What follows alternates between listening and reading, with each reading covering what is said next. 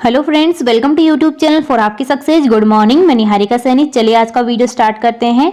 और आज के इस वीडियो में हम केमिस्ट्री के मिक्स मोस्ट इंपॉर्टेंट 35 क्वेश्चन को यहाँ पर सोल्व करने वाले हैं, वो भी डिटेल के साथ में, क्योंकि मैंने आपको पूरी केमिस्ट्री को टॉपिक वाइज इसके इंपॉर्टेंट क्वेश्चन करवा दिए हैं।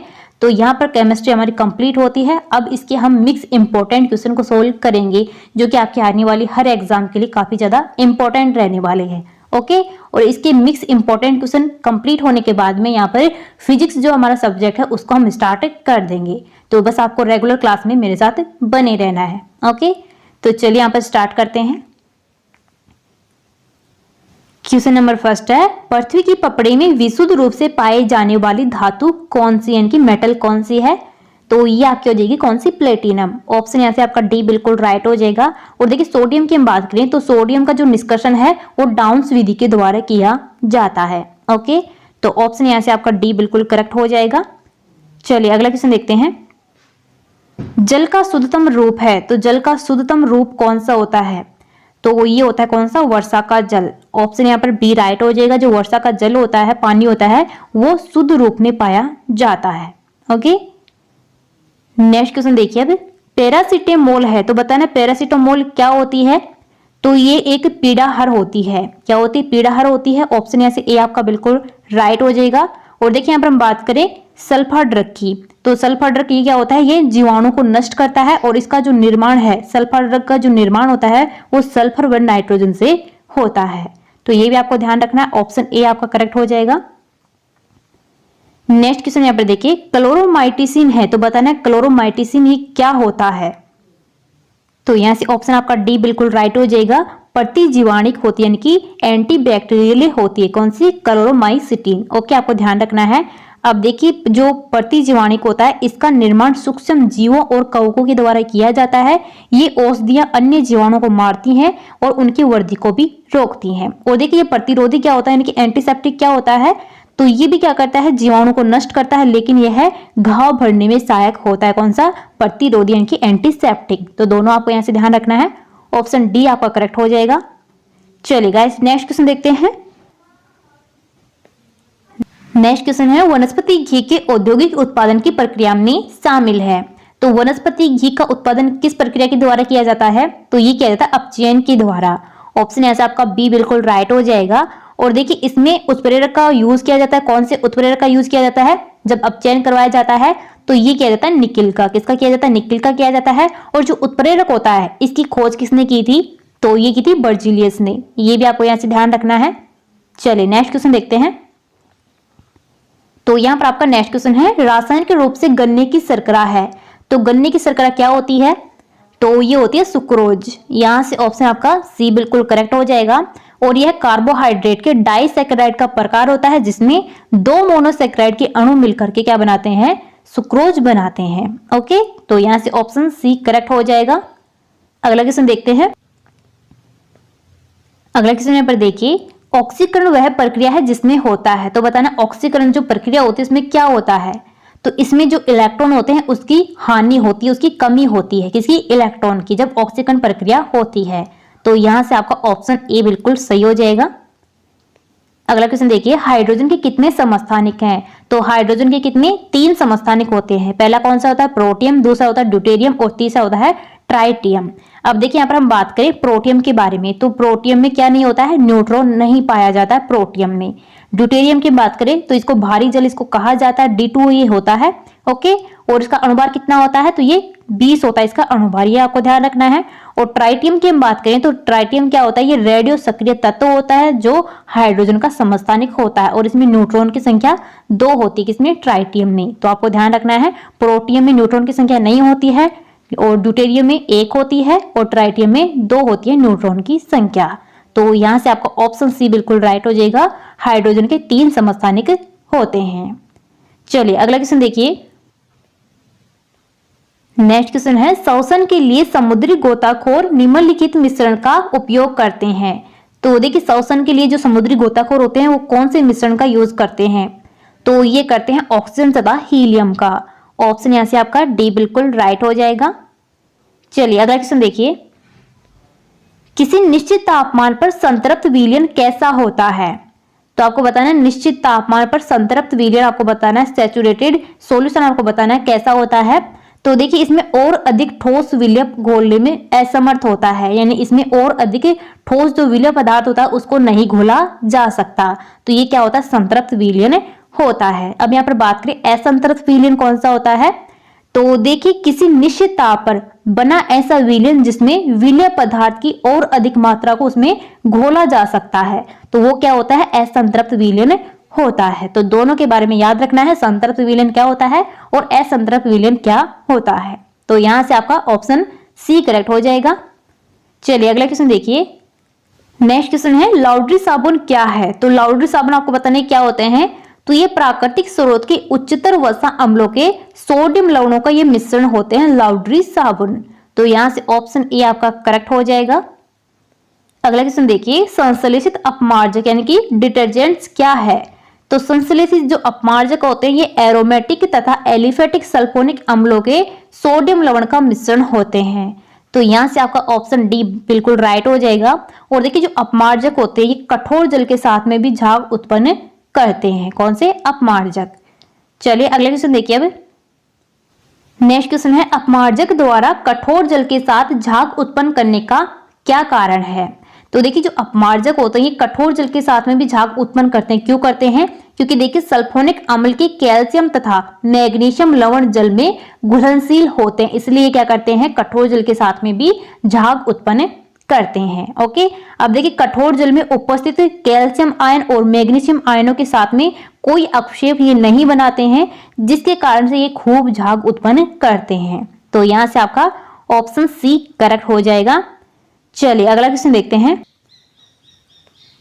अगला क्वेश्चन यहाँ पर है चूने के जल यानी कि लाइम वाटर में क्या होता है। तो चूना का जो पानी होता है कौन सा होता है, CaOH का होल ट्वाइस, इसको क्या बोलते हैं, चूने का पानी इसको कहा जाता है। तो यहां से आपका ऑप्शन बी बिल्कुल राइट हो जाएगा, कैल्शियम हाइड्रोक्साइड। अगला क्वेश्चन देखिए, यहाँ पर वायु के नमूने में क्या होता है, यानी कि आपको बताना वायु का जो मिश्रण होता है इसमें क्या क्या पाया जाता है। तो यहां पर आपका ऑप्शन डी बिल्कुल राइट हो जाएगा, ऑक्सीजन, नाइट्रोजन, कार्बन डाइऑक्साइड, जलवाष्प और कुछ अक्रिय गैसें भी इसमें मौजूद होती, किसमें, वायु के मिश्रण में, वायु के नमूने में। तो यहां से आपका ऑप्शन डी बिल्कुल करेक्ट हो जाएगा। चलिए नेक्स्ट क्वेश्चन देखते हैं। नेक्स्ट क्वेश्चन है वायु में विभिन्न गैसों का अनुपात क्या है। तो देखिए जो वायु होती है क्या होती है, एक मिश्रण होती है गैसों का। तो इसमें गैसों का अनुपात पूछा गया क्या होता है। तो देखिए ये अलग अलग स्थानों पर अलग अलग इसमें अनुपात होता है, ये क्या करता है, स्थान पर निर्भर करता है। तो यहां से आपका ऑप्शन सी बिल्कुल करेक्ट हो जाएगा। और देखिए सामान्यतः क्या अनुपात होता है वो आपको ध्यान रखना है। तो देखिए इसमें जो नाइट्रोजन होता है वो कितना होता है, 78% होता है। हम ऑक्सीजन की बात करें तो ये कितना होता है, इसमें 21% मौजूद होता है। हम यहाँ पर बात करें CO2 यानी कि कार्बन डाइऑक्साइड की, तो इसमें कितना होता है, ये होता है 0.03% इसमें कार्बन डाइऑक्साइड मौजूद होता है। और ऑर्गन की हम बात करें तो ऑर्गन इसमें कितना होता है, तो ये होता है 0.93% इसमें ऑर्गन होता है। ओके, और देखिए इसमें बहुत सारे गैसें भी उपस्थित होते हैं, तो वो आपको ध्यान नहीं रखनी है, इंपॉर्टेंट आपके लिए यही है। ओके, चलिए अगला क्वेश्चन देखते हैं। अब नेक्स्ट क्वेश्चन देखिए, यहाँ पर खाद्य तेलों को वनस्पति घी में किस प्रक्रम द्वारा बदला जा सकता है। तो देखिए जो खाद्य तेल होते हैं, ऑयल होते हैं, उनको वनस्पति घी में चेंज करने के लिए कौन सी प्रोसेस होती है। तो इसमें क्या करवाया जाता है, हाइड्रोजनीकरण इसमें करवाया जाता है, अपचयन इसमें करवाया जाता है। तो यहां से आपका ऑप्शन ए बिल्कुल राइट हो जाएगा। और देखिए आसवन की हम बात करें तो आसवन में क्या होता है, तो देखिए इस विधि में दरों का जो मिश्रण होता है उसको पृथक किया जाता है, अलग किया जाता है। जब दो दरों के क्वथनांक में बहुत ज्यादा अंतर होता है तब इस विधि का यूज किया जाता है। ओके, आपको ध्यान रखना है। चलिए अगला क्वेश्चन देखिए। अब नेक्स्ट क्वेश्चन है लोहे की वस्तुओं में जंग क्या बनने से लग जाती है। तो देखिए लोहे की जो वस्तुएं होती हैं उन पर जंग लग जाती है, तो किसके बनने से लगती है। तो ये होता है फेरस और फेरिक हाइड्रोक्साइड का मिश्रण, जिसकी वजह से क्या होती है, लोहे की वस्तुओं पर जंग लग जाती है। ऑप्शन यहाँ पर आपका बी बिल्कुल राइट हो जाएगा। और देखिए जंग लगना ये क्या होता है, एक रासायनिक परिवर्तन होता है। रासायनिक परिवर्तन क्या होता है, तो देखिए जिसमें किसी पदार्थ के रूप, रंग, गुण ये सभी क्या होते हैं, बदल जाते हैं और एक नया पदार्थ बन जाता है। तो इसको क्या कहा जाता है, रासायनिक परिवर्तन कहा जाता है। तो लोहे पर जंग लगना ये रासायनिक परिवर्तन होता है। ओके, चलिए अगला क्वेश्चन देखिए। अब दो विलीनों को कब आइसोटोनिक कहा जाता है? तो दो विलीन होते हैं, सॉल्यूशन होते हैं, उनको आइसोटोनिक कब कहेंगे? तो देखिए उनका जो प्राशन दाब होता है वो अगर समान है दोनों का तो उनको हम क्या कहेंगे? आइसोटोनिक कहेंगे। तो यहां से ऑप्शन ए करेक्ट हो जाएगा। चलिए गाइस नेक्स्ट क्वेश्चन देखते हैं। तो यहाँ पर अगला क्वेश्चन आपका है, गैस एजेंसियों के द्वारा दिए जाने वाले सिलेंडरों में रसोई गैस का रूप क्या है? यानी कि जो गैस सिलेंडरों में गैस भरी जाती है वो कौन सी फॉर्म में भरी जाती है? तो ये भरी जाती है लिक्विड फॉर्म में, यानी कि तरल अवस्था में। ऑप्शन यहाँ पर ए आपका राइट हो जाएगा। अब देखिए यहाँ पर हम बात करें तरल यानी कि द्रव के बारे में, तो द्रव का जो आकार होता है वो क्या होता है? अनिश्चित होता है। क्या होता है? अनिश्चित होता है। लेकिन इसका जो आयतन होता है वो निश्चित होता है, क्योंकि इसमें जो इंटरमोलिकुलर फोर्स होता है यानी कि अंतराणुविक बल होता है वो कम लगता है किसकी? ठोस की अपेक्षा। तो यहाँ पर ऑप्शन आपका ए बिल्कुल राइट हो जाएगा। अगला क्वेश्चन देखिए, रसोई गैस किसका मिश्रण है? तो रसोई गैस जो भी मैंने आपको बताई है तो ये किसका मिश्रण होता है? तो ये होता है किसका? ब्यूटेन और प्रोपेन का। यानी कि यहां से आपका ऑप्शन बी बिल्कुल राइट हो जाएगा। चलिए अगला क्वेश्चन देखिए, अब्रक क्या है? तो बताना कि अब्रक क्या होता है। तो यहां से आपका ऑप्शन डी बिल्कुल करेक्ट हो जाएगा। ये उष्मा के तो क्या होते हैं? अच्छे चालक होते हैं, लेकिन विद्युत के क्या होते हैं? खराब चालक होते हैं। कौन? अब्रक। ये आपको यहां से ध्यान रखना है। चलिए अगला क्वेश्चन देखते हैं। अब एंजाइम कैसे पदार्थ हैं? तो एंजाइम बताइए कैसे पदार्थ होते हैं। तो देखिए एंजाइम क्या करते हैं? ये जटिल कार्बनिक पदार्थों को साधारण पदार्थों में बदल देते हैं, चेंज कर देते हैं। किसको? जटिल कार्बनिक पदार्थों को। तो यहां से आपका ऑप्शन बी बिल्कुल राइट हो जाएगा। चलिए अगला क्वेश्चन देखिए। नेक्स्ट क्वेश्चन है, बिजली के बल्ब के अंदर कौन सी गैस होती है? तो ये होती है नाइट्रोजन गैस। ऑप्शन आपका सी करेक्ट हो जाएगा। और देखिए यहां से आपको पूछा जाए कि बल्ब के अंदर कौन सी अक्रिय गैस भरी जाती है? तो वो होती है ऑर्गन, और बल्ब का जो फिलामेंट होता है वो टंगस्टन का बना हुआ होता है। तो ये भी आपको ध्यान रखना है। नेक्स्ट क्वेश्चन देखिए, जब हम किसी शीशे के बर्तन में दूध, गर्म दूध या फिर जल डालते हैं तो वह चटक जाता है, इसका क्या कारण है? तो देखिए खोलता हुआ जो द्रव होता है ना, कि उबलता हुआ जो द्रव होता है वो अधिक दाब उत्पन्न करता है, इसी वजह से शीशे का बर्तन चटक जाता है। तो ऑप्शन यहाँ पर आपका बी राइट हो जाएगा। नेक्स्ट क्वेश्चन देखिए, जंग लगे हुए लोहे का वजन बिना जंग लगे हुए लोहे से क्या होता है? तो देखिए एक क्या है? जंग लगा हुआ लोहा है, और दूसरा बिना जंग लगा हुआ लोहा है। तो बताना है कि इसमें वेट किसका ज्यादा होगा, वजन ज्यादा किसका होगा? तो ये होता है कि इसका बिना जंग लगे हुए लोहे का वजन ज्यादा होता है जंग लगे हुए लोहे से। तो आपको ध्यान रखना है। तो यहां से ऑप्शन ए आपका बिल्कुल राइट हो जाएगा।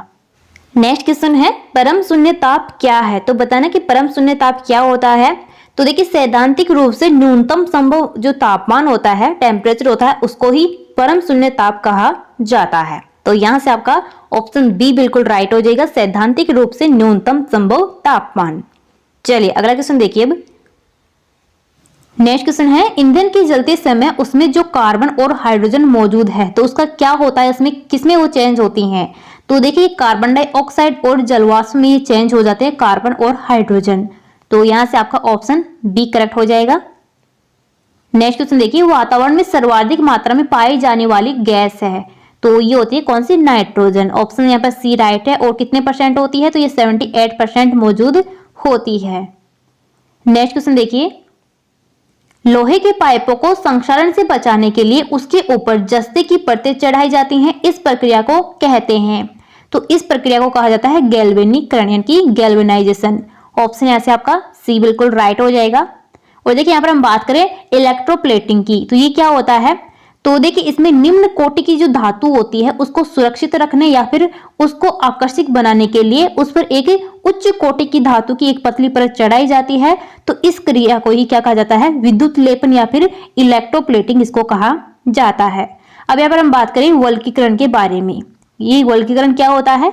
तो देखिए प्राकृतिक रबर में सल्फर मिश्रित करने की जो प्रक्रिया होती है, सल्फर को मिलाने की जो प्रक्रिया होती है, उसको ही वल्कीकरण कहा जाता है। तो यहां से आपका ऑप्शन सी करेक्ट हो जाएगा। चलिए अगला क्वेश्चन देखते हैं। अगला क्वेश्चन यहाँ पर है, पशुओं के हड्डियों तथा दांतों में मुख्यतः कौन सा रासायनिक पदार्थ मौजूद होता है? तो ये होता है कौन सा? Calcium phosphate. ऑप्शन आपका सी राइट हो जाएगा। नेक्स्ट क्वेश्चन यहाँ पर है रासायनिक रूप से शुष्क हिम है, आपको बताना कि ड्राई आइस क्या होती है, तो ये कहा जाता है ठोस कार्बन डाइऑक्साइड को। तो ऑप्शन आपका यहाँ पर बी राइट हो जाएगा। और देखिए जो ड्राई आइस होती है इनकी ठोस कार्बन डाइऑक्साइड होती है, इसका जो यूज है वो रेफ्रिजरेशन में किया जाता है। अगला क्वेश्चन यहाँ पर है सामान्य वायु के नमूने में उपस्थित नहीं होने वाली गैस है, तो बताने कि वायु का जो मिश्रण होता है, नमूना होता है, उसमें कौन सी गैस नहीं होती है, तो ये नहीं होती कौन सी, क्लोरीन। ऑप्शन आपका बी राइट हो जाएगा, क्लोरीन गैस। नेक्स्ट क्वेश्चन यहाँ पर है उत्प्रेरक वह पदार्थ है जो क्या करता है, तो उत्प्रेरक क्या करता है, ये रासायनिक अभिक्रिया की जो चाल होती है, स्पीड होती है, उसको बदलता है, उसको चेंज करता है। कौन सा, उत्प्रेरक। ये अभिक्रिया में भाग नहीं लेता है, ये केवल क्या करता है, चाल को बदलता है अभिक्रिया की। तो ऑप्शन यहाँ पर आपका सी राइट हो जाएगा। चलिए अगला क्वेश्चन देखिए। अब कार्बन की न्यूनतम मात्रा होती है, तो कार्बन की न्यूनतम मात्रा किसमें होती है, तो ये होती है पिटवा लोहा में। ऑप्शन यहाँ से आपका सी करेक्ट हो जाएगा। और कितनी होती है, तो ये भी आपको ध्यान रखना है, 0.12 से लेकर के 0.25% मौजूद होता है कार्बन किसमें, पिटवा लोहा में।